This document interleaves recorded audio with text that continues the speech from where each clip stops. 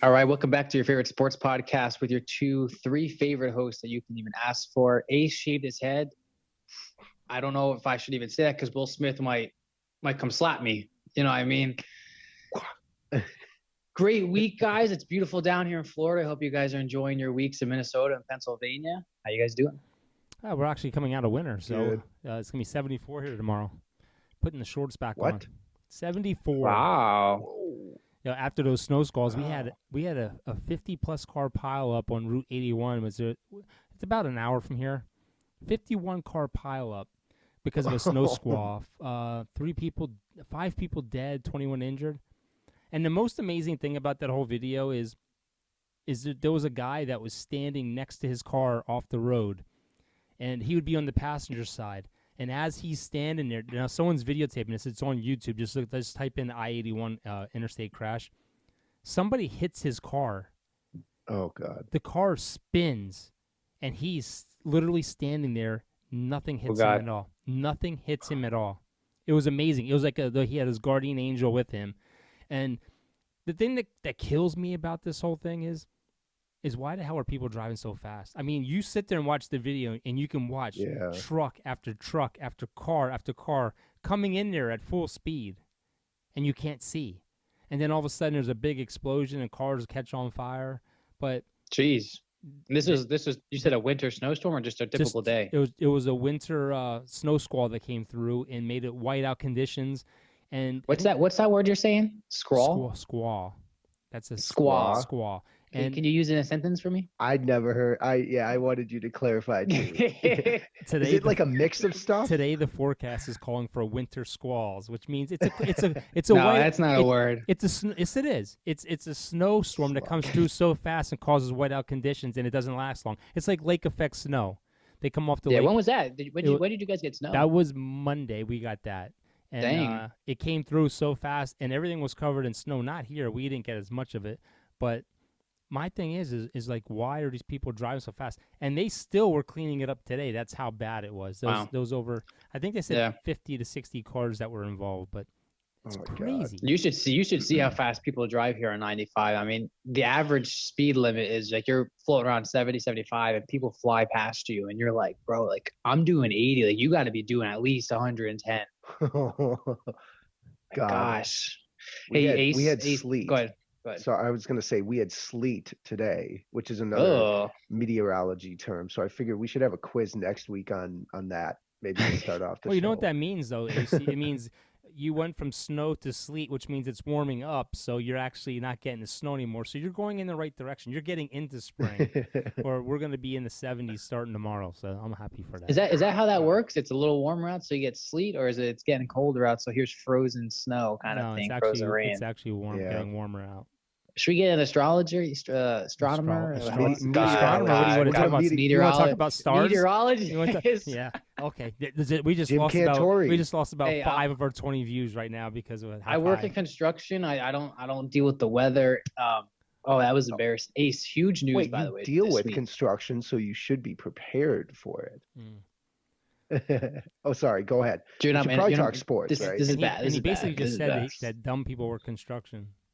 Oh, that's okay. They're taking this way out of proportion. But Ace, I wanted to say real quick before we get into sports, big news that I heard this week. Okay. My dad's getting an iPhone. Really? Yes. Welcome to the dark side. Yeah, that's a great choice. Honestly, Kris, you could not. Look at him. He's like thinking about like, oh man, did I make the right decision? No, seriously. I'm looking at the iPhone 13 Pro, whatever. Ooh, it's the big boy one, Pro Max, or whatever. But my thing is I just literally looked at yesterday a video talking about the iPhone 14 that's coming out in September, and I think they're going to the the USB-C port. That's what they all have. No, we all have that. No, iPhone does not have the C.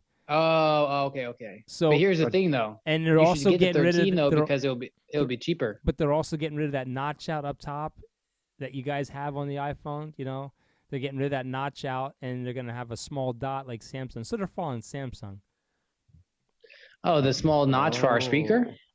No, up top for your camera, where your camera is. Like, iPhone has that like black like little notch as you're looking at your phone. Yeah, there. Well, I just wanted a reference. On the screen side, on your side. That little like notch. a little notch. Yeah, they're getting rid of that. I like it. They're getting rid of that on the 14. That's stupid. Look, I was torn. I did a lot of research, and I like both. Both of them, both of them are pretty good. The iPhone has a better video. I really don't care about stuff like that. I don't do selfies or anything like that. The only thing I'm concerned about is charging. The iPhone actually charges slower than the Samsung, where they get 45 watts of charging time, and I think iPhone is only 20 max. And don't cry about it. It's okay. I got my eye itch so bad. But hey, that's my whole thing. I'm like, the Galaxy S22 is top of the line. It's a huge phone. You can actually flip the phone upside down and charge like other devices with your phone now. That's how far advanced they are. So I'm just the only my biggest problem with the Samsung is I always have problems with the ports charging. Like you do. And that's the problem I have with the phone now. It won't hold a charge, so I got to use the flat little disc thing.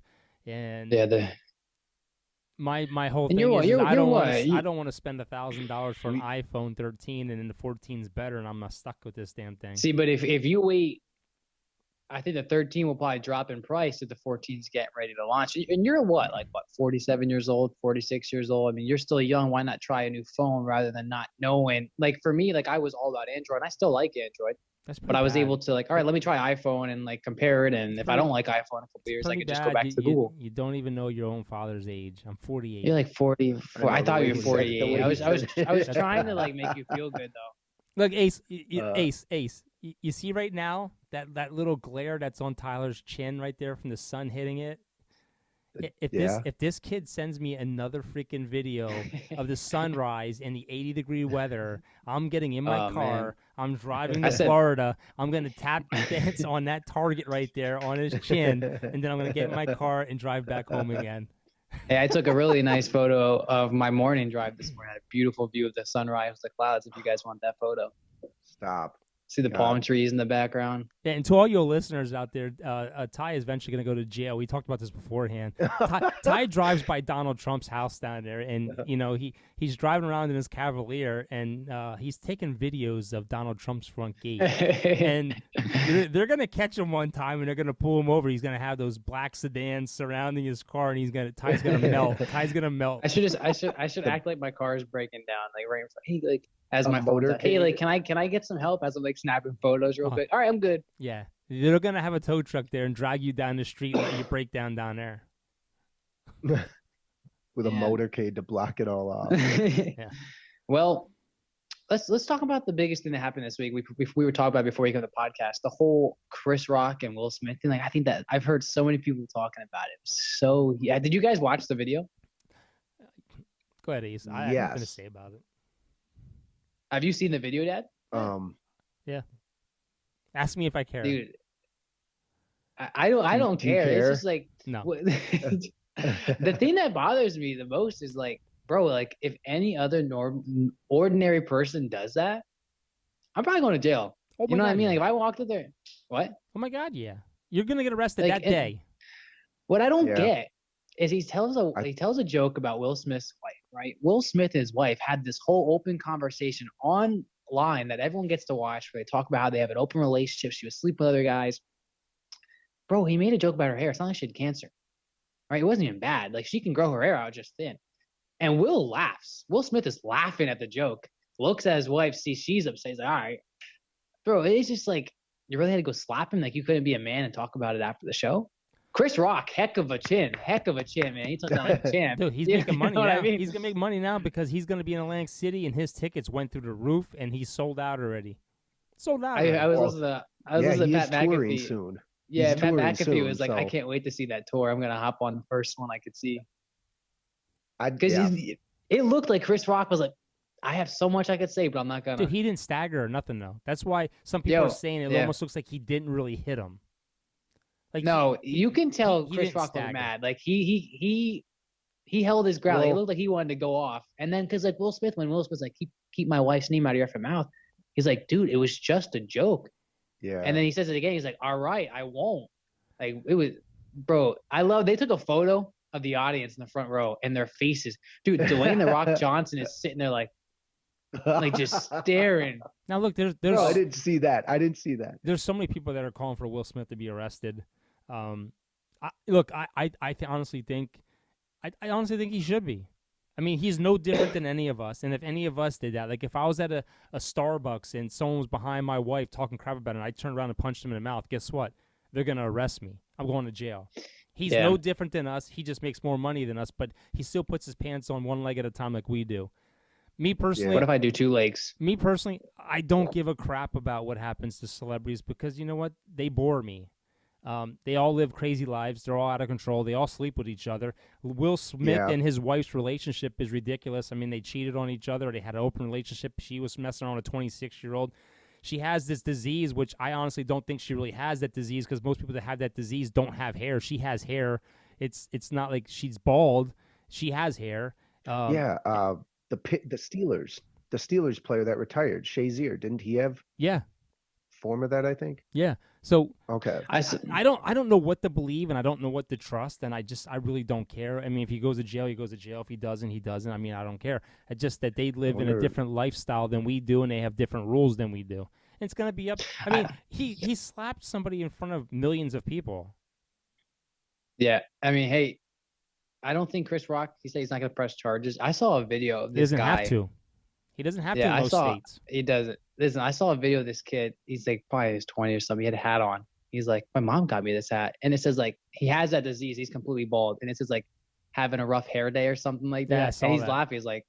He's like, bro, like, that's it. All he said was you. It's just, I don't know, man. It's stupid stuff. Like you said, it is what it is. The Oscars were awful, right? Like no one watched the Oscars anymore. So that was the highlight of the Oscars. You know, I couldn't tell you the last time I watched an Oscar. I'm such a big movie guy.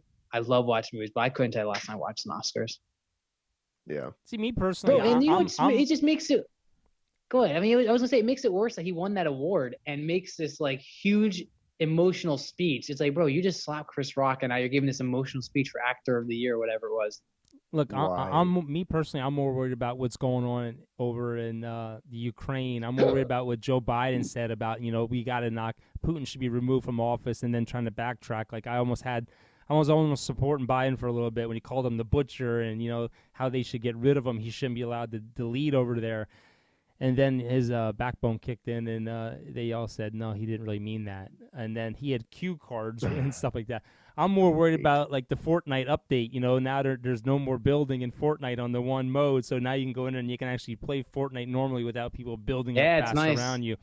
Those are the things I'm worried about. I don't care about freaking movie stars. That's don't fair. Care about that crap. I mean, I care about what's happening that could potentially affect me, and Joe Biden could potentially affect all of us if we get into a war. Yeah. We'll move on. You guys wanted to cover NBA, the hard floor. Is that what you call it? Is that what your little segment? Hardwood. Let's right. Kris had one. Kris had the segment, I think. What was it? NBA Hardwood talk? Yeah. Something like that. We'll one day we'll get those down. Yeah. Lakers officially out of playoffs. We'll hit a button and all of a sudden we'll sign into that. The Lakers officially out of playoffs. How does that make you guys feel? I'm fine. They're all in street clothes right now. I mean, LeBron's in street clothes too. It's like it's contagious. They're a mess. And I honestly, what's interesting to see now is Russell. Like when it really doesn't, nothing's really on the line. Russell he goes after teams, and you wanted to see that 2-3 months ago. He just couldn't gel. Like they had too many older pieces that just couldn't gel. Well, in the past 10 games, he's averaging 20 points. And I agree with you. I feel like it's almost like when he was with those younger teams, he was the older elite figure and he had to carry the team. And you see that a lot with people that go to play with LeBron. Isaiah Thomas, perfect example. Kyrie Irving. Isaiah Thomas was so good with Boston Celtics. Gets traded to I think it was the Cavaliers or the Heat. I can't remember. With LeBron James, and it was just a terrible situation. They cut him. And you see how his career, he couldn't get on a team for the longest time after that. But I agree. I don't think that team needs a lot of help. I think they traded away a lot of good pieces. I think they got pieces that were interesting, had the option of being good, but we saw how this year worked out. Didn't work out great at all. Anthony Davis being injured a lot killed them. they didn't really have a good young. I don't know. I'm over it. Look, the thing is too is the Lakers are screwed because they have so many big contracts there. I mean, even Westbrook, no one's taking that contract. They're not going to pick it up. They need to trade Anthony Davis away. They need to at least get something for him. He's at least young enough where they can get something back in return for him. And the problem is the guaranteed money and the money that these guys make because of the years that they've been in the NBA, it's just ridiculous. Westbrook, you can let him. You don't have to guard him until he gets 10 feet away from the rim. He can't shoot from outside. He's complete trash. I watched him last night against Dallas. Dallas was up at 31 points at one point in that game. That game was such a blowout. It was they were winning like 80-50 or something like that. It was a blowout. Halftime. It was a blowout. And Dallas is one of the best teams, one of the best sleeper teams that no one's talking about in the NBA. I think since Christmas, they're one of the top two teams as far as record goes. When I watched them play the Wolves, they ended up beating us, but I was shocked. Because it's basically Luka. Mm-hmm. It's basically Luka, and then he. They had Dinwiddie. When he's not playing, it's the other guy, the guy that hit the. God, I can't think of his name. He was on the Clippers, I think, before that. Powell. They have Powell. They have Dinwiddie. Dinwiddie. No, sorry, the Nets. Yeah, Dinwiddie. Spencer Dinwiddie's a good shooter too. Yeah. So when Luka's out, the ball is primarily in his hands, and it just is so boring to watch. But I actually, at first, when you said that, Kris, I sort of like. Irked from it, like no way, that's not going to be true. But if you play like that in the playoffs, you can win. You need ISO guys in the playoffs, and but they got two of them. They're gelling. Sure. They're starting to gel, and them and Boston are the two have the best winning record since I think it was December 24th or something like that. The concern I have, and the Lakers aren't out of it yet. By the way, I mean they're only a game. They're actually tied with the Spurs, but the Spurs hold the tiebreaker.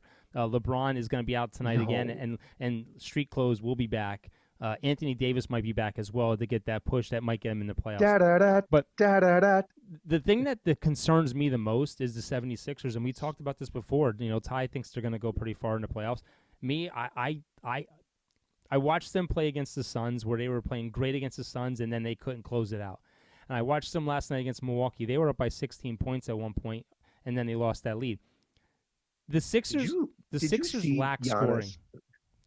Go ahead. No. You finished your thought. The Sixers lack scorers. They're shooting. I mean, the thing that's going to kill them is they're shooting 35% as a team from three-point range. It's just that is going to be something that is going to kill them as far as getting into the playoffs. I mean, you have guys on that team that you think should be hitting three-pointers. I mean, Tobias Harris last night, 2 of 8. Joel Embiid was our best three-point shooter. He was 3 of 5. Maxey was 1 of 4. James Harden, 4 of 10. Niang, who I always say is not a good shooter. This guy would just shoot. It doesn't matter. He'll shoot as long as he has the ball in his hand, whether he makes it or not. He was 3 of 8 last night, and Danny Green was 3 of 5. Well, and he hit 2 big shots late against the Bucks because I watched. Yeah. Giannis, by the way, is a freak. That dunk in the third quarter to end it, coast and then to that coast. block. Yeah, and the block on Embiid. Yeah. To basically win the game because they initially called it goaltending, I think, and pulled it back. That's insane. Yep, they called it goaltending, pulled it back. But that game last night, Aaron, if you watched that game last night, if Joel would have posted him up last night, he would have dominated. Who did they play last night? Milwaukee. Yeah. If he would have posted that him was up 2 nights ago. No, it was last night. Last night. You work too hard. You're working too hard, Ty. My thing is if they post him up and use him better, your big man should not be out top second setting picks and doing the pick and roll all the time. He needs to get underneath because what happened last night? Yeah. That clock got down under 5 seconds and they were launching 3-pointers from every spot on that court last night. And both teams were tending to do it last night. You saw a lot of 3-point shooting on Milwaukee's side as well. But if you think about it, there was a stretch last night where Giannis scored like 13 points straight for them. He just went on a tear. Yeah. The Sixers have to be a better shooting team. Right now, you're not. Tobias Harris has to. When you're so wide open that you can take a couple seconds to look at the rim and you still brick it, it's bad. They got to start changing it up. They got to start driving to the hole.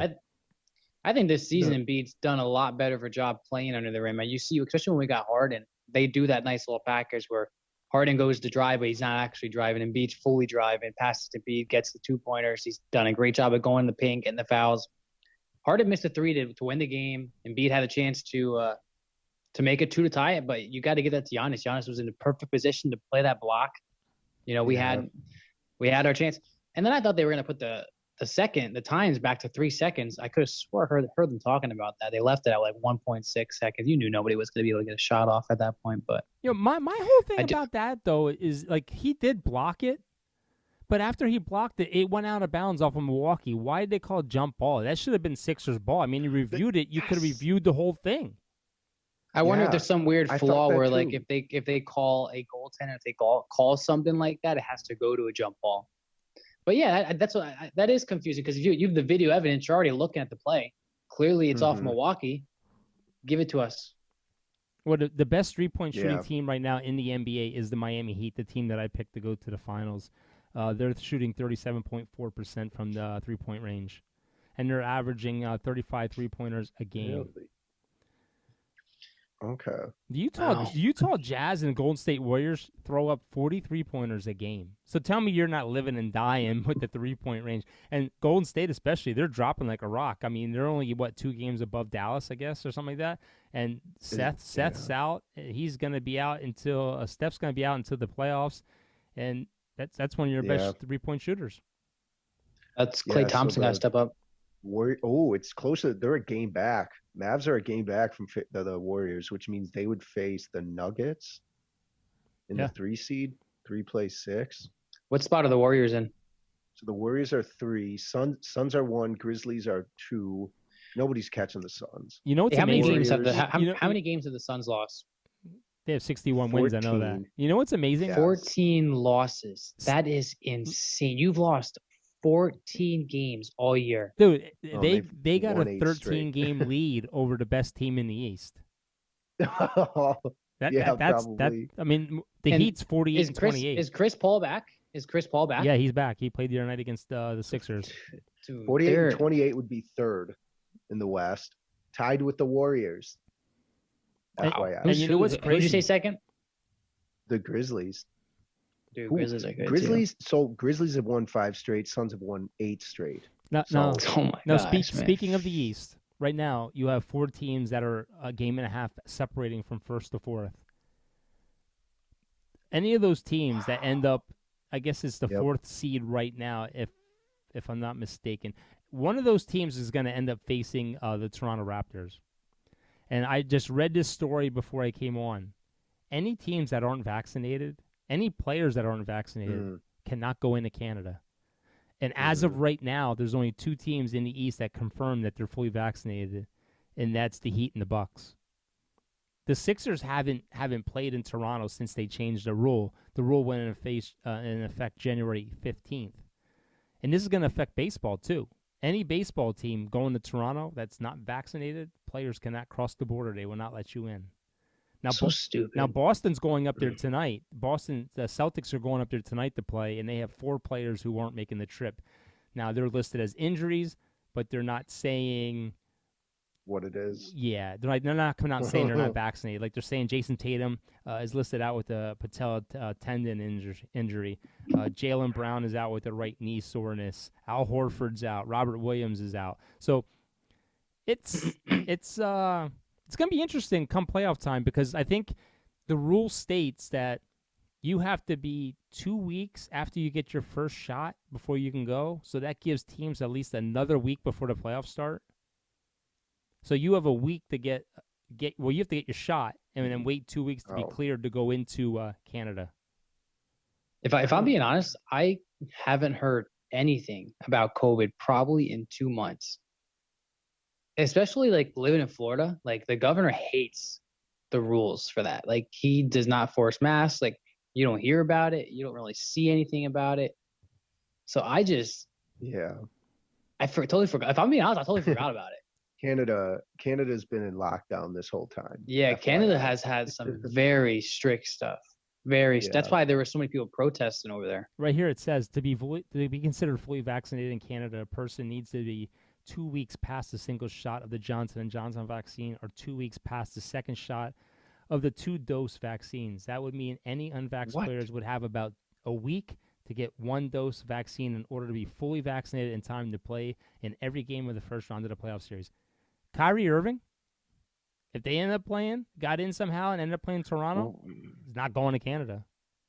The good Now- news is that won't happen. Unless they both win out. Sorry, unless they both win out. But you got to think. So this is interesting because the NBA is not pushing this, right? Like everyone, like you just saw New York's lifting their mandate, right? He's playing a home game now. If you're the NBA, do you think about, excuse me, do you think about moving like a neutral stadium, almost like the Toronto Blue Jays did during COVID, where like they played in New York? How fair is that to those Yeah. fans, though? But how fair is it to the players who worked their butts off all season? Now we're going to playoffs. Oh, you can't go because you're not vaccinated. But hey, that's a great question. is that my fault? Is that my fault though? Because the NBA is not forcing me to be vaccinated. Because we've been playing the U.S. We've been playing the U.S. But do you think a country that has millions upon millions of people care about what an NBA organization thinks about their country? They're not going to change for their country. I mean, they wouldn't fans even, might. They wouldn't even let truck drivers in to deliver goods. I mean, that's why they had the whole protest up there. So I don't think.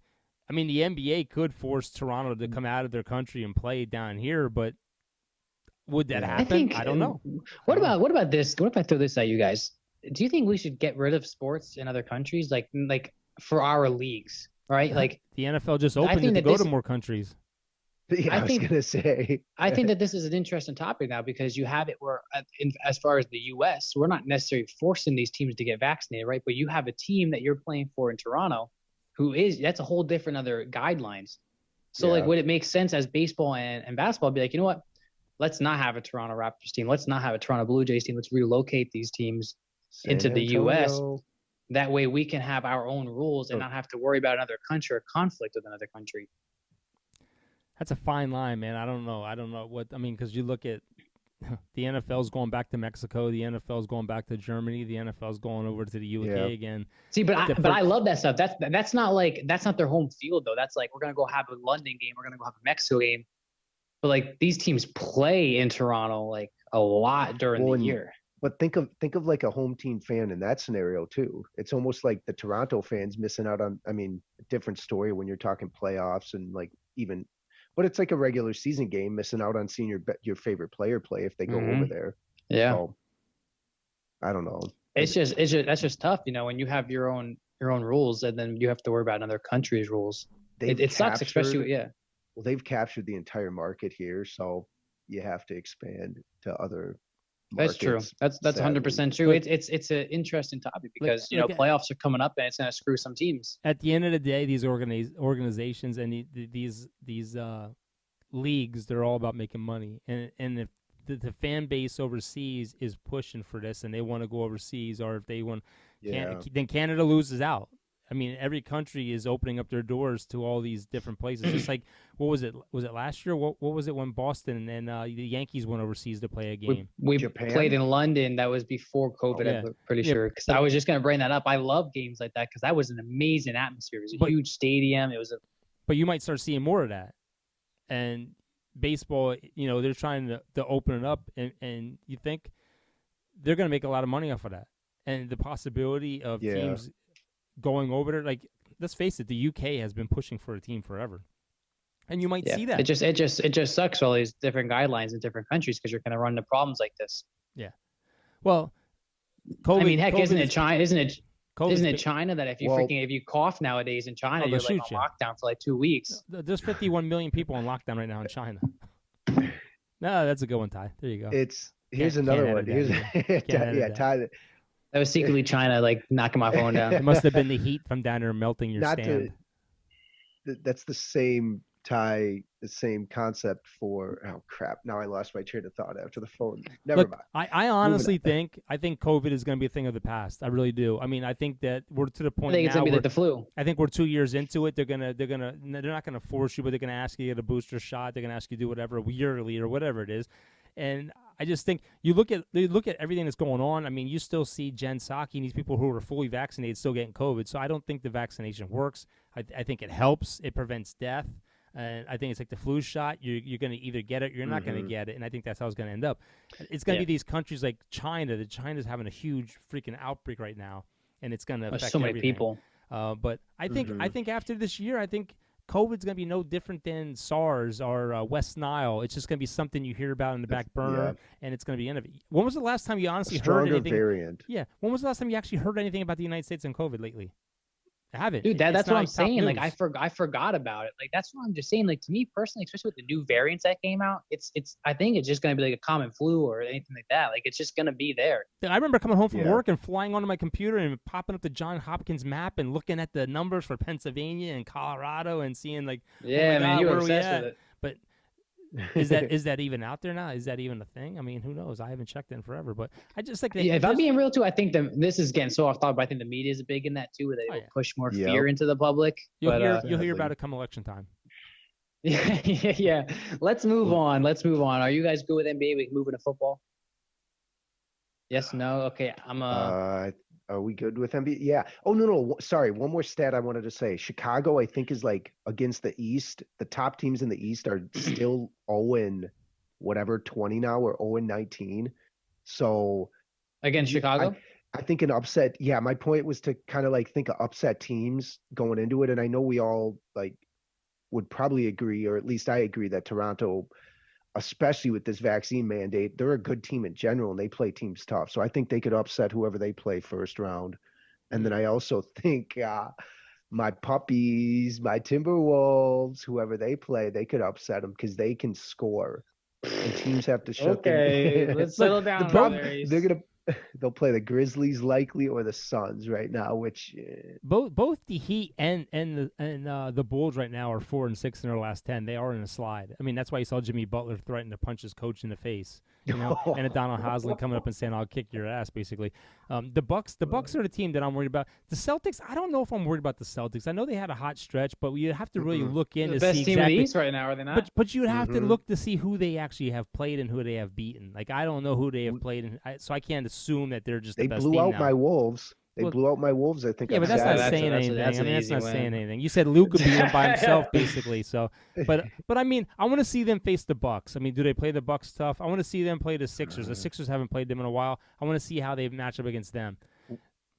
What are they in their last 10? They got to be like 8-2. They're 8-2, but so is the Raptors. You know, the Raptors are 8-2 too, and the Sixers beat them the other night.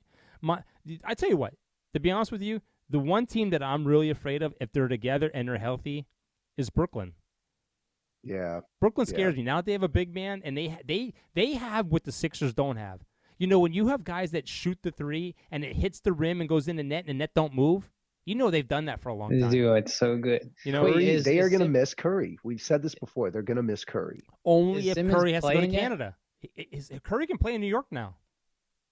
Yep. You mean Kyrie Irving? Well, yeah, Kyrie. No, sorry, Curry. Curry. Yeah, he said Curry. Yeah, I mean Kyrie. Kyrie can play anywhere now. Yeah, Kyrie. The Sixers will miss Curry. I see what you were trying to say, Ace. Yeah, is Simmons playing yet? Is he not playing yet? Simmons has not played yet. I think once he starts playing too, like, look out. I don't think he's playing this year. Yeah. All right, let's move into some NFL. Lot of stuff going on still with this crazy offseason. Let me ask you guys this. Rumors have it Kyle Shanahan is leaning towards keeping Jimmy G another year and possibly waiting this whole thing out. It's because nobody wants him.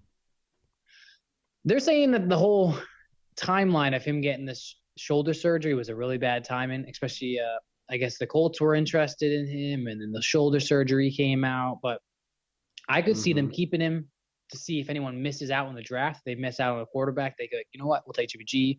Or if a starting quarterback gets injured during the season, then his trade value gets huge because everyone, would love to do that. Oh, by the way, real quick, this is important for Ace. 10 minutes ago, breaking news, Vikings to resign Patrick Peterson. Yeah. We needed him.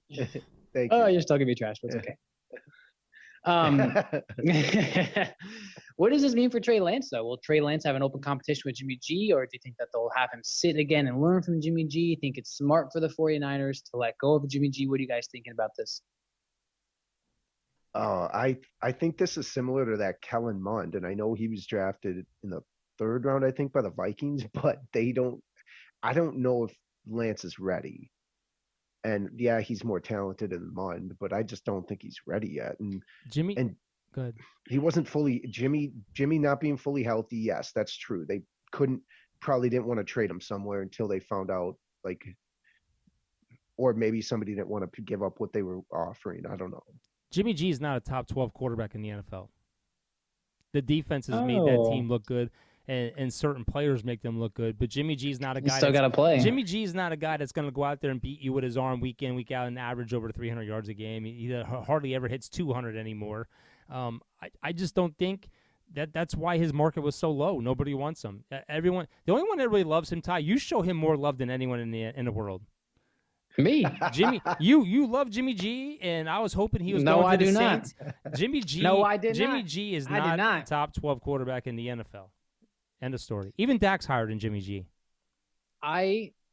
Wow, this is an interesting debate here because number one, I didn't want him on the Saints. I said the only way I would take him on the Saints is they ate that whole contract, but I wanted Jameis or Deshaun.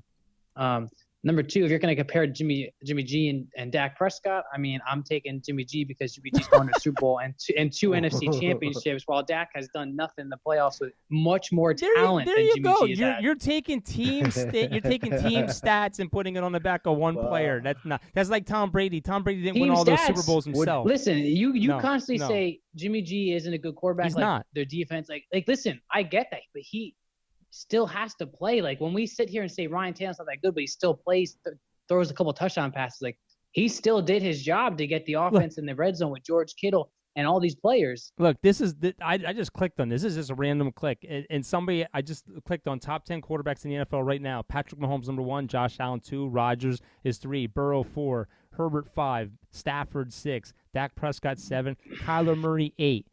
I mean, and then you could add Kirk Cousins to that list. I mean, there's still about another handful of players that are better than Jimmy G. And I'm not saying Jimmy G is Lamar the best quarterback, Jackson. but I'm saying you can't just sit here and say Jimmy G's trash. I mean, the Jimmy guy G's went trash. to a Super Bowl and 2 NFC championships. I don't care. So did Colin Kaepernick. He went to Super Bowl too. Nobody wants him, but he didn't go. The defense carried him. I'm telling you, Jimmy G did not put on a Superman cape and take them to a Super Bowl. Goff went to a Super Bowl. He didn't win it. So a lot of people go to Super Bowls and don't win it. I mean, the Buffalo Bills went to 4 in a row, and Jim Kelly never got a Super Bowl. But I'm telling you, Lamar Jackson's better than him. Russell Wilson's better than him. Kirk Cousins is better than him. The list goes on. I mean, there's so many quarterbacks that are still better than him. Jimmy G is not a good quarterback. He executes well. I will say that. He manages. He manages the huddle well. He breaks on 2. Ready? Break. That the learning under Brady definitely helped in that respect. So. But I would pick Dak over him. I would take Jalen Hurts over Jimmy G. We should post this. I would take listen, man. Post this to Twitter. I just don't know. I mean, I don't think you can just say like, I mean, you say that team is so good, right? Throw in a backup quarterback. If you think that defense is so good, go ahead, throw a backup quarterback in. If we're basing it off what you're saying, a backup quarterback will be able to go to the Super Bowl. You put Jalen Hurts on that team, he's going to do exactly what Jimmy G did. I guarantee it. How do you know that? Guarantee it. Because, Ty, Jimmy G has done nothing that stands out. Like, when you watch NFL, I mean, and if you're going to draft for your NFL draft, are you thinking, I'm taking Jimmy G? No. That's a good question. You're taking Hurts. You will take Hurts. Jimmy G is not a good quarterback. I'm sorry. And I told you, I can list 15 players, 15 quarterbacks in the league that are better than him.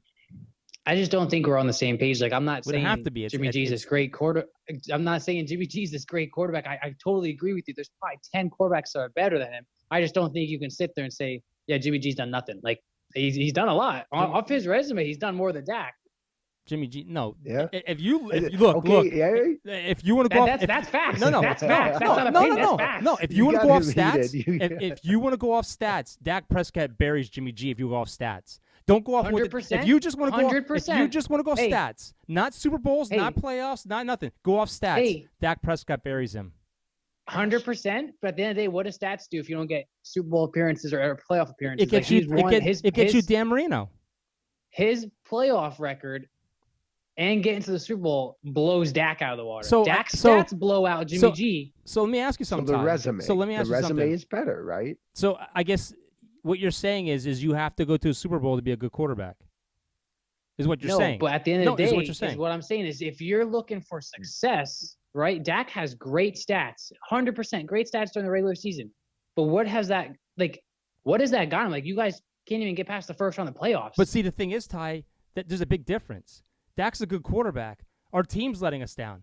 Jimmy G's a horrible quarterback. His defense carries him. And if they didn't have Deebo Samuels, they're nothing.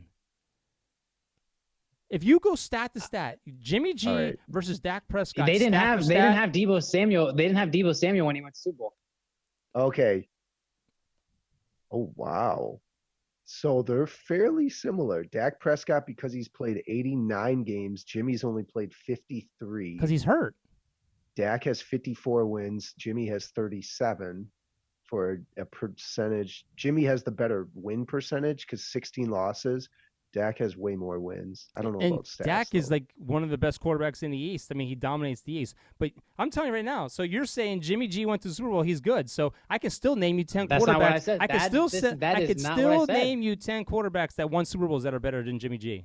That is not what I said. At the end of the day, what I'm telling you right now, I think Dak is better, 100%, stat-wise. No, he's not. But if you're looking, what? H just said it. If you're looking at a resume, if you're looking at a resume, Jimmy G has good success in the playoffs and to get to a Super Bowl. He didn't win that Super Bowl, but he got to a Super Bowl and he's been to 2 NFC championships. Like, the playoffs. Like, I'm talking about playoffs. I don't care. Colin Kaepernick went to the Super Bowl. I'll take Colin Kaepernick over Jimmy G. That's your decision. I'm not. And again, look, for those listening, I'm not saying Jimmy G is a great quarterback. I don't know why you keep telling me that I'm saying that. I'm just talking about playoff stats right here. I can name 10 better quarterbacks just like you, but what I'm saying is you can't trash on a guy and say he's nothing when he's got a pretty decent playoff record. He's not good. I don't care. One in Green Bay. I don't care. That was a big game. The defense carried them.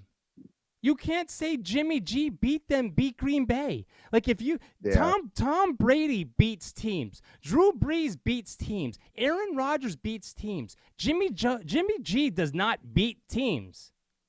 Doesn't. No, there's no ifs, ands, or buts about it. I don't care if he went to 5 Super Bowls in a row. Jimmy G is not a good quarterback. He's not elite quarterback. He's subpar. I can put Kyler Murray on that team and he'll go to a Super Bowl. Hey, at the end of the day, that team got a W, and he was the quarterback. You're absolutely right, but it doesn't make him a good quarterback. If you're a GM right now, Ty, and I guarantee you, if you had 10 picks, you would not pick Jimmy G. I'm not. I literally have told you 10 times. I know I would pick a better quarterback over Jimmy than 10 other quarterbacks. But why? I am just saying, stat-wise, he's not bad. But anyway, That's all I'm saying. The whole story is Jimmy G is staying with the 49ers because nobody wants him. Nobody wants him. This kind of, speaking of stats, this leads into another conversation about we had right before we started, which is Rodgers or Wilson in the playoffs. And ironically, they almost have identical stats, 11-9 for Rodgers and 9-7 for Wilson. That's playoff stats? Yep, playoff stats only, with obviously each won a Super Bowl. We'll get feedback. We'll get feedback from Rudy and them that watch this podcast. We'll see. And we'll see what happens. Jimmy G. Heck yeah! I just don't want people to think that I'm sitting here thinking Jimmy G's like I have not. Like the whole time you keep flipping on me. Oh, you're a Jimmy G lover. Jimmy G is not a good quarterback. If we go I'm back, literally sitting here.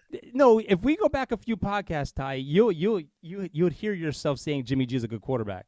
No, he's not. No, he's not. When there was rumors about Jimmy G going to New Orleans, you can cut it up. You even said you would take him in New Orleans, Ty. I have text messages. Are you going to let me finish? Go ahead. Are you going to let me finish? Go ahead, GM Ty. I said when Jimmy G had rumors of going to New Orleans, I said the only way I would take Jimmy G is if San Francisco would pay the whole contract. And that's huge because obviously that wouldn't happen. I said that is not the quarterback I want, but if that would happen to be traded to New Orleans, I need them to pay that whole contract. That's all I ever said. I never said I want Jimmy G. I said I would take him if San Francisco ate that whole contract. I would take Carson Wentz over Jimmy G. You put Carson Wentz on that team, I guarantee you they're going to go to the playoffs. I just love how, like, I said 10 times I would take 10 quarterbacks over Jimmy G, but he keeps saying that I would. Like, it's like he's not listening to me. No, I am listening to you, but you still keep saying Jimmy G went to the Super Bowl. Jimmy G went to the playoffs. Who cares? Who cares? That doesn't make him a good quarterback, Ty. Jimmy G's got 2 Super Bowl rings, mind you. He didn't win them. New England. In New England. My whole argument is, just to be clear to all the listeners out there, is Ty saying that Jimmy G is a good quarterback because he went to the Super Bowl and the playoffs. That's my argument. That's my argument. He's not the.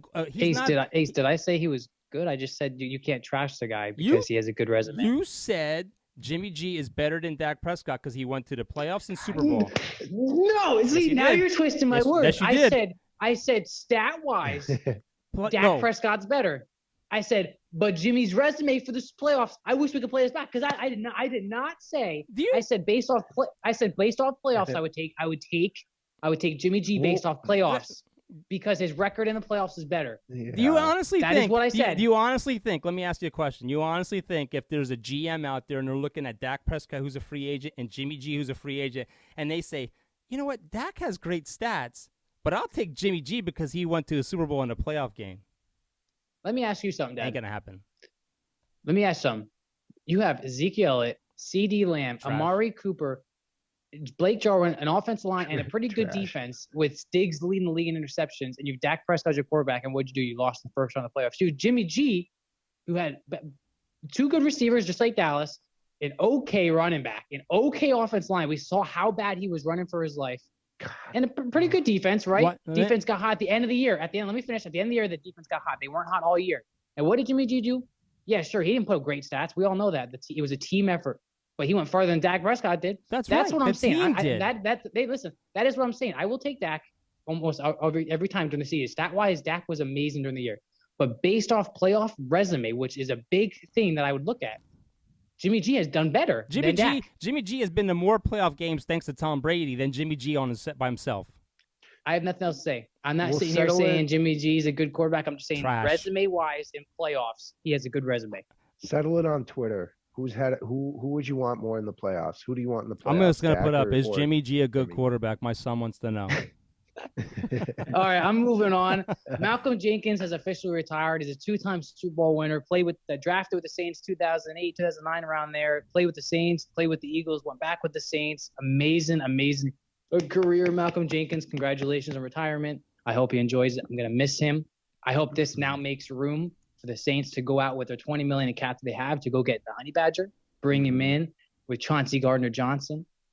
But congratulations, Malcom Jenkins. Andy Dalton, starting quarterback for the Bears / shared time with Justin Fields and started with Dallas Cowboys, ran for his life, was demolished because there were so many injuries in that team. Signed a 1-year contract with the New Orleans Saints yesterday, I believe it was, to become the backup. Jameis Winston, I think, got like $20 million, and then Andy Dalton got I want to say $5 million. So we clearly know who the starter will be. But hey, that is a good backup to have. Taysom Hill is going to be shifted to mainly focus on tight end. I was telling my dad yesterday, I love that move. I truly, hot take for you, Ace. I think by the end of the year, if Taysom Hill stays healthy, he could be a top 10 tight end. Based off how great of an athlete he is, we've seen it when Drew Brees was the quarterback. He scored at least. Bro. No, top 10 fantasy? Top 10 fantasy? Will you even go on a limb there, too? I 100%. Now, listen, this is my thing. Not even because I'm just a Saints fan. Me and Ty had this debate while I was driving home yesterday. Thomas. Ty calls me and says, Jimmy G is – I mean, not – I'm stuck on Jimmy G. Taysom Hill is going to be the best tight end in the NFL, I was joking with you when we said that, though. I said, as a realist, Taysom Hill is faster than 90% of the receivers. We saw that in his combine. He's faster than Julio Jones, Stephon Diggs, these big-name receivers. We saw when Drew Brees was a quarterback, Taysom Hill was able to score at least 5 touchdowns as a receiver. So he was lining up as cornerbacks, right? This man goes into every practice, special teams room, quarterback room, running back room. This man is now just strictly focusing on tight end.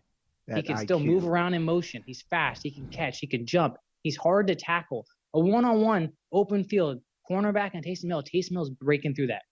I truly believe. Let me take this one. He's a good athlete and could be a top 10 tight end. Okay, zipper your mouth there, zipperhead. Right. Let me tell you something. One, Taysom Hill is a beast. He's an awesome athlete. Okay, but there's a difference between when you do gadget plays and he burns people because they're not prepared for it, they're not covered for it. But when you commit him now to one position, teams can game plan for him. They can double team him. They can use linebackers, chip him. They can cover him over the top with safeties. it's not going to be like you saw when they have him lined up in all these different fun positions. Now he is a tight end. The guy has never really focused on running routes, blocking like he has to do as a tight end. There's a whole lot that goes into being a tight end. Listen, just for 1 or 2 plays, this is a whole game now. This is different. Running patterns, running drills. They're going to be prepared for him. They're going to be prepared. You know, he runs like 20 plays as wide receiver and tight end throughout almost every game. Like he does it. I understand that, but he's not getting like 10 receptions a game though. They're gonna cover him, Ty, with different. They're gonna put cornerbacks on him. They're gonna put people on him to cover him because they know how fast he is. Will he be a top 10 tight end? Maybe, but we'll have to wait and see it. We've never seen it before. Yeah, and I think they're gonna honestly use him still in gadget formations. Like they'll have him in the slot a lot. They'll have him at fullback, like motion back to fullback or whatever the case, maybe in a 3-down stance or whatever it is, where the tight end is right next to the tackles. I should know. Yeah, I think it's 3. Whatever. I really think a large percentage though will be motioning out, kind of getting in the slot, so he can use his speed and maybe make like a few cuts in or like a slant routes, deep cuts, stuff like that. Yeah, I'm telling you, just because he's focused as a tight end, I do not think that's going to change the fact that they're still going to motion. They're still going to put him in these gadget plays. He's going to get open. I truly believe it. That's a huge help for the Saints. I'll tell you right now. That's a huge help for the Saints. That's what I'm pumped up too, is like you have Jameis now who should be ready. You know, he's doing really well in rehab. And we're not having Taysom kind of sulk over there on the sideline because he didn't get the QB job. Like he's still that Swiss Army knife where having him in there almost every play, like he can block. You can hand him the ball off because he's fast. You can throw it in. Like that's a huge weapon for us, especially if we go out in the first round and draft that receiver from Ohio State. You know, that's a good looking offense compared to last year. Saints are interesting because if Michael Thomas can come back, I wonder if Andy Dalton starts too. If that was a reason they signed Dalton, knowing that Jameis, I don't know how far along he is in rehab or if they expected him not to be ready for the season or what, but we lost Trevor Siemian, and I think with Dennis Allen being the head coach, I think he isn't fully on board anymore with Taysom Hill being a backup quarterback. I think he's like, all right, we ran that train. We have Ian Book, who's a rookie last year, but let's go get a backup quarterback for Winston just in case Book can't play. Mm-hmm. So they got Andy Dalton, so now they can just let Taysom focus on the offense. Mm-hmm. Gosh, I'm just in utopia because we re-signed Patrick Peterson. We needed to do that. The Vikes. Look, I'm in a good mood. It's I'm ready for the draft. I'm just ready to see what the Cowboys can do. I am too. And I'm ready to see what happens. It's in April. We should talk about Deshaun Watson because the NFL commissioner did come out and say that, you know, now that there's a resolution to the criminal side of things, obviously there's still civil charges, and the NFL is still going to be investigating Deshaun Watson. The interesting thing is that the woman that is investigating Deshaun Watson is the same woman that investigated Zeke, and Zeke had no charges on him, and he got suspended for 6 games. What happens now with Cleveland? You know, you have a guy who you're going to pay him $1 million for this season, who could be suspended for the season if they decide to do so. What do you do with Baker? Well, the rumor is they're going to keep him, right? And this gets interesting, right? Because say Deshaun Watson does get banned, right? Say he gets suspended for maybe like 5-6 games. What if Baker goes 4-2? Who are you putting in there? No. You know, Baker comes back from his injuries, right? Say he goes 4-2 and Deshaun Watson comes back. Who are you starting? Baker. Or staying with the hot hand. Do you roll that hot hand and say, you know what, maybe someone will take him now that he's 4-2? Baker gets dealt to the Panthers before the draft. I think. You think so? That's a rumor. Oh, is it? I've just assumed, like, at this point, the Panthers haven't done anything and they don't want what's. Well, it's interesting. I was telling you, Ace, before we got on the podcast, how the Panthers literally have tried to get almost every single quarterback this offseason. And then all of a sudden, Matt Rule's like, no, we love Sam Darnold. He's definitely our guy. It's like, bro, you just tried to get almost every quarterback you could get. And now it's just, I don't know. Maybe Sam Darnold will be good in the next couple of years. It's taken a long time, but that'd be interesting, Baker going there. I don't know. I can't see him play. I guess I couldn't see him playing. So maybe something happens after the draft, but I don't know if he's going to start there. I don't know. It just doesn't, like, why would you come out and say something and then now he's not even, like, apparently the relationship between the coach was more fractured than what's being let on. Probably because, like we said, he played injured. Yeah. So I don't know. It's just that's I think that's going to be like a draft thing. If a team misses on a quarterback, maybe you'll see Jimmy G or Baker dealt. Seattle. I don't know if Seattle wants to roll the dice with Drew Lock, if they're going to draft somebody, if they want Baker. That's where they have him going to Seattle. But I like I said, this offseason has been so crazy. It wouldn't shock me to see him go somewhere that we aren't even talking about. Mm-hmm. I'm just pumped. I'm pumped. I want to see what happens with the draft. I want to see if there's any trades. I want to see, because Baker could be traded at the draft. Who knows? You throw in a draft pick and Baker. There's a lot of teams that have multiple picks in the first round. It's gonna be interesting what happens with those picks if they decide to move out of them. Another thing that people are talking about is Kraft, the owner of the New England Patriots, is upset because the Patriots have been slumping lately. Bill Belichick could be on the hot seat. They just signed Jabril Peppers too. But they let a lot of good talent leave. You were just talking about draft picks. The Jets are rumored to be willing to listen to people wanting to trade up because they have some really high draft picks. This is interesting too because the Jets were to a landing spot for DK Metcalf and A.J. Brown. So they're in the hunt for another wide receiver. So could you see them trade away their top first-round pick, and then all of a sudden you see a top 10 receiver get traded to New York? That's, like I said, this offseason has been crazy, and it might happen, man. I'm excited. I don't think I've ever been this excited and this dedicated into football before. You know what I mean? Like, I've watched every single rumor that has come out so far. I'll tell you what, New York, one of those markets. Oh yeah, New York, one of them has to make a move soon. This is kind of getting pathetic. I think the Jets are tired of losing, and then the Giants in New York. I don't think that new owner, I don't think that new GM and that new coach, I don't think they want to trade Saquon. I think Saquon wanted to leave. And I know at one point we had an inside source on that saying that he did want to leave. But I truly think they want to keep him. The thing I'm really interested in is I want to see what Jacksonville does with that first pick. If they're smart and they trade out of that pick and pick up multiple picks for that pick. I mean, you can get 3 for the 1. So that'll be interesting what they do. They're already rebuilding. They're already building up that line. They're already getting weapons for him, even though they overpaid for Christian Kirk. Ooh. They just signed someone else too. I think a defensive end. What does Detroit do then at 2? They have Detroit going defense, which I would be surprised. I mean, they have him getting that Hutchinson kid from Michigan, which they need defensive help. But I think that's too high for him. I really do. I think if anything, you need to go offensive line. You need to start giving your quarterback time. The quarterback never has time. Ever since Stafford was there, they never had a good offensive line. You don't have no running game because of your offensive line. Me personally, this offensive line draft is huge, and we should do a pool between the three of us of how many linemen we think will be picked in the top 5 or the top 10, and go down the list and see what we think. Me personally, I think there's going to be 3 or 4 guys. At least 5. Go. Yeah, in the top 15, I think 4 or 5 are going to go off the board. It's interesting because, like you said, sides or just defense, just offensive line. Oh, offensive. Oh God. Yeah. 5 and 3. Okay, I'm going to take the middle 4. I think it is interesting though, because Jacksonville, like you said, they could trade away their first pick. I would. If I would, I don't think I would, because I think that their team is right there to really take a big step next year. And I think whoever is the best available player, like if it's that defensive line, that big boy from Georgia, whoever it is, I think you go and get him so no one else can get him. I think the thing that hurts the draft this year is the quarterback market is so bad. There's really there's not a quarterback that you can really look at that says it's quarterback ready for the NFL.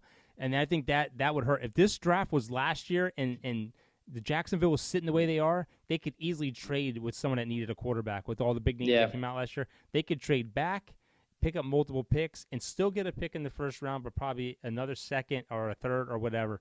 But I think this year, if you see trades up, it's not going to be for a quarterback. It's going to be for somebody else. I don't think you'll see a trade into the top 5, but I don't think it wouldn't shock me if you saw somebody trade up like crazy to try and get a Q, because like you said, we don't know a lot about these quarterbacks. Mm-hmm. So there might be a team that might be like, you know what, let's go get him before anyone else does. Just take a risk on him.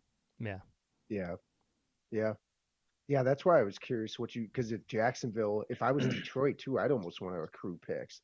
If you don't feel like I think Jacksonville's more ready to win than Detroit. I agree. So I want to see how Trevor Lawrence looks this year, though. He needs to step it up. Yeah, true. And I obviously the signing of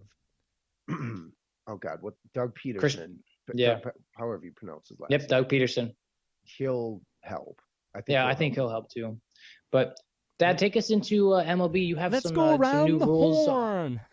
You have some new overtime rules for the All-Star game, Yeah, extra inning kind of rules. The MLB is actually trying to spice up the All-Star game. I mean, let's face it, all the All-Star games over all platforms are horrible. They need to do something with them. And the MLB has come up with a rule now that if the game ends in a tie, which you haven't seen one in forever and a day, it's usually the American League that dominates the All-Star game, they're going to go to a home run derby. So that'll decide the game. I guess the American League will pick their best hitter. The National League will pick their best hitter. They'll have a home run derby. Whoever wins that wins the game, which is good. Another thing is they're talking about changing. You know what's dumb? Go ahead. Sorry, real quick. Why not just award the tiebreaker to whichever division won the home run derby the previous frickin' night? Do they really have like? I just don't get why they can't go extra innings like a normal game. Or just go extra innings put too. A ghost man. Or how about you go extra innings with bases loaded? makes it nerve-wracking. Large, instead of using you're going to provide an update. The new change in width base is they can double the length of that. Maybe just get wider bases out there. Make it a complete clown show for the All-Star game. Let's just do this. Let's just go bases loaded, 2 outs, 3-2 count. You get one pitch to decide. Yes, yeah. Actually, yeah, that'd be better than like a home run derby, even because you could win in so many different ways. I'll tell you what, the home run derby though, that's one out of all the sports that do All-Star games. They do all these different events. The home run derby, I could watch that every single year. Yeah, I love that, especially when there's just so much young talent and these guys just, God, they work the crowd, man. You know what would be another interesting one? Get your best outfielders. You get 5 balls, and you got to try to throw it to the catcher on either a one hop or on a fly, and whoever gets closest to hitting, have a target there that the catcher stands in front of, and you have a point system. That would be amazing to see these guys throw dimes down there.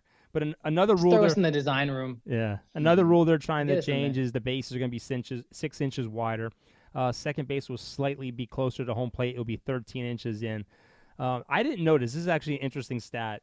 Since baseball started, only first base and third base have been 90 foot from home plate. I did not realize that first to second was only 87 foot. I didn't realize that. It's an interesting stat. They're going to try to actually draw that closer now. So now second base will actually be 88 feet from first to second. So it is getting a lot better. That's I like it. It was off. I like it. One more thing I wanted to talk about, and then you guys can jump into any other baseball. I'm looking at the projected starting lineups for the Minnesota Twins and the New York Yankees. As of right now, Buxton will be leading off. Reyes will be second. Carlos Correa's third. Polanco fourth. Sano will be fifth. Kirilloff, whatever his name is, Kirilloff. What's his name? Alex Kirilloff? Kirilloff? I don't know. Anyway. Kirilloff. Yeah, Kirilloff. Kirilloff, he'll be sixth. Roker will be seventh. Jeffers will be eighth. And your Gio Urshela will be batting ninth. Sanchez ain't starting, huh? Uh-oh. That's That's actually versus left-handed pitching. My bad. Right-handed pitching. Let's do this again. I was gonna say Kepler's got to be in there. Buxton, Reyes, Correa, Polanco, Sano, Kepler, Sanchez, Kirilloff, and Urshela. Dude, let me tell you, that's a deadly lineup. I saw a video the other day where it broke down the top 10 lineups, dude. Toronto, heck of a lineup. Boston, great lineup. The Twins have a great lineup. Even the Yankees were on there, and that's very interesting because I think the Yankees are going to have more strikeouts than hits. But if the Yankees do stay hot, like at least half that lineup stays hot, there's a lot of home runs. Joey Gallo, Aaron Judge, Josh Donaldson, former MVP, Giancarlo Stanton if he stays healthy, Anthony Rizzo, DJ LeMay, like Gleyber Torres, I feel like is going to have a breakout year this year. The way he's hot in spring training. He's hot. Well, here we go. Here are the Yankees versus right-handed pitching. Anthony Rizzo leading off, Judge second, Gallo third, Stanton, Donaldson, Torres, Hicks, Connor Falefo, and Roersvert as catcher. That's an all-star team. If you look at for real, like we lost some. We hated this offseason, but that is still one heck of a lineup if they stay healthy. They stay healthy. The only thing I see, though, that really concerns me is 100, 200, 300, 350, about 400 strikeouts in the top 5 batting. Okay. Honestly, though, you think about like Judge. Judge has gotten really good about not striking out. He's becoming a really good hitter. Donaldson's always been a good. I don't know how often Donaldson strikes out, but he's also been a pretty. It's really Stanton. Stanton strikes out a lot. Well, IKF has been playing great for the Yankees at shortstop. He's batting .364 in spring training. But here's our left-handed lineup. It's Rizzo, Judge, Gallo, Stanton, Donaldson, Torres, Hicks, IKF, and Higgy. Higgy, by the way, is the hottest catcher right now, hitting in baseball and spring training, batting over Great 465. Defense. Rudy. That's for you, my friend. But that's all I got for baseball. You guys can jump in. That man, I cannot. Ace, I think I have a tryout for a baseball team Thursday. I'm trying to get back into it. I played last year, and obviously I moved to Florida. Rudy's going to hate me for this because there's a team in Pennsylvania called the Angels. They cut me and my brother after one practice. They didn't even let us know. They just posted on Instagram. Oh, God. We hop on a team and then eventually make our own team, and we beat this team like almost every time we play them. I threw guys out of home plate against them. I've had big hits against them. That's like the only team near me. It's a team called the Angels. And I was like, oh man, it's such like a bad taste in my mouth, but I'll definitely play for them. But I'm excited. Angels in general. Angels, baby, Angels. Before we end this podcast, I want to jump into something real quick. The March Madness is coming to an end. We're at the Final Four. We have Villanova going against Kansas, and we have North Carolina facing Duke, the Cinderella story right now because of Coach K retiring. These two teams, surprisingly, have never, ever met before in the NCAA. I think North Carolina is the better team, but I think Duke's momentum right now, they're going in the right direction. I think Duke is going to go to the championship. I think it's going to be Duke versus Kansas, but Kansas is going to be too strong for them to win. And that leads me to this. Of all the sports that we know, what are the best rivalries that you guys can name? College basketball, done deal. Duke, North Carolina is the top of the list. But I'm talking like college football, baseball. You got the Yankees and you got Boston. You got Michigan, Ohio State. You have who else? Dallas versus anyone in the NFC East. I mean, what's your guys' biggest rivalry that you know of? I feel like I grew Pistons up in back in the day. I feel like I grew up in a really good household where I'm a Yankees fan, so the Yankees and Boston rivalry, I've seen plenty of fights. Like, I loved when Tyler Austin charged the mound. Like, I was screaming at the top of my lungs ready for that. That's a great one. Like you said, college football, we're Michigan fans. Michigan, Ohio State, I freaking love those games, especially last year when it snowed. And, of course, I'm not a Dallas fan, but I always loved the Dallas and Eagles hate. Like, that is such a real, genuine hate from some of those fans. And I love, like, how – at the end of the year, like some of those games when you guys play each other, like they're for playoffs. So it's not just a playoff game to get in, like it's also like a rivalry. Yeah. It's funny because I grew up really with the Yankees, Red Sox as well. Because the Twins were good, but we don't really, it's not as like diehard. Sure, you can talk about the Vikings, Packers, Vikings, Bears, but really the Packers, Bears is more impactful. Than anything. So, with I guess also Gophers Badgers for like hockey is really, really huge here and like in the Midwest, just hockey in general. But so like my dad kind of got into that stuff for like the basketball for local more here, but really big names, those for football, the oh my God, the Chargers or the Raiders versus why am I blanking? Chiefs, any of those Pittsburgh, teams, Baltimore is huge. Pittsburgh, Baltimore. But you know what? I kind of think that pro football kind of lost its swagger. Like Buddy Ryan against Jimmy Johnson, they hated each other. I mean, they wouldn't shake hands. I mean, they put out hits on other people's team players. I kind of think if you ask players today, like, is the rivalry still? I mean, sure, you're playing your division team, but I don't think the hate is there like it used to be. But I think like college football, like Michigan, Ohio State won't mention any M letters during that week. Like they take M off every letter. That's like you don't even call it mom. It's like they won't use M anywhere during that week. Games get chippy. Yeah, games get chippy with those. And I love that. Michigan State. Those games. I think those games. There's so much history there that they still ride that history. Especially when you're a college athlete who's not getting paid yet. You're like, let me feel the fuel. Like I want that hate. Like let me go play against that. Yeah, exactly. Recruiting pitches too. That works so well with college athletes. Recruiting pitches.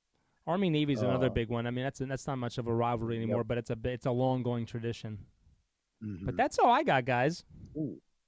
Okay, next week we should talk about best stadiums because I've heard that if like for any fans, you've got to go to West Point, which I've never been to. I think it's in New York. Yeah, I saw something the other day. It was actually on the news this morning. The best stadium in baseball for the best, I guess, overall experience.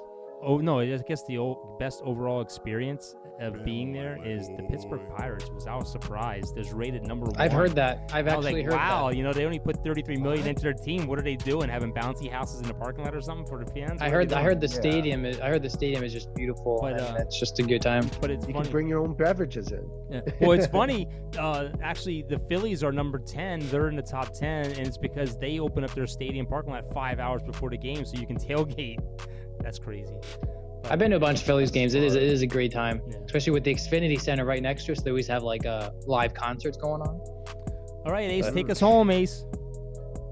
I mean, that honestly, great take me home is summertime tailgating at any sort of MLB minor league team, the Savannah Bananas team. We're trying. Any professional team or amateur team out there, try to tailgate because those are great experiences. Brewers, I used to work when I was living in Milwaukee to take us home is I would be the one that would basically direct people where to park. So it was like a few of us somebody would take the tickets and they'd like just have a line of us directing people where to go to park because you could tailgate there 3 or 4 hours before the game. Look, Johnny had a great story about that too. We've had some good times there. It's interesting because on my timeline a couple weeks back, I thought of Johnny. Actually, it popped up on my timeline of our first interview we had together, and I actually sat down and watched it, and it was amazing. The 4 of us, like all new to podcasting, coming together, and it was amazing. It actually brought chills to see Johnny talking again. The thing, actually, Johnny's in a better place than all of us, man. God bless you, Johnny. One day we'll get up there and we'll have one big podcast party in the sky. But the thing I can't wait for is I can't wait for firing up my smoker again, getting that brisket on there, making that so damn good that it's like Will Smith. It's like Will Smith smacked you in the mouth. You could do it right here right now. It's like 80 degrees here. All season down there. You guys so much for listening to this wonderful podcast. We love you guys. 4,000 followers on Twitter. We love you. Instagram. We post daily, not daily, but videos of the podcast. Stay up tuned with us. TikTok. We have it all. Thank you guys. Love you guys. Hey, see you next time. Any of you guys that want to come on the podcast and shoot the shit about your team, hit us up on all the platforms. I know Ace has a special guest coming on that we're setting up. Any of our listeners, you want to come on, hit us up. We love having people on to talk sports and give your take. Our take is just as important as your take. Absolutely. We'll see you guys next time.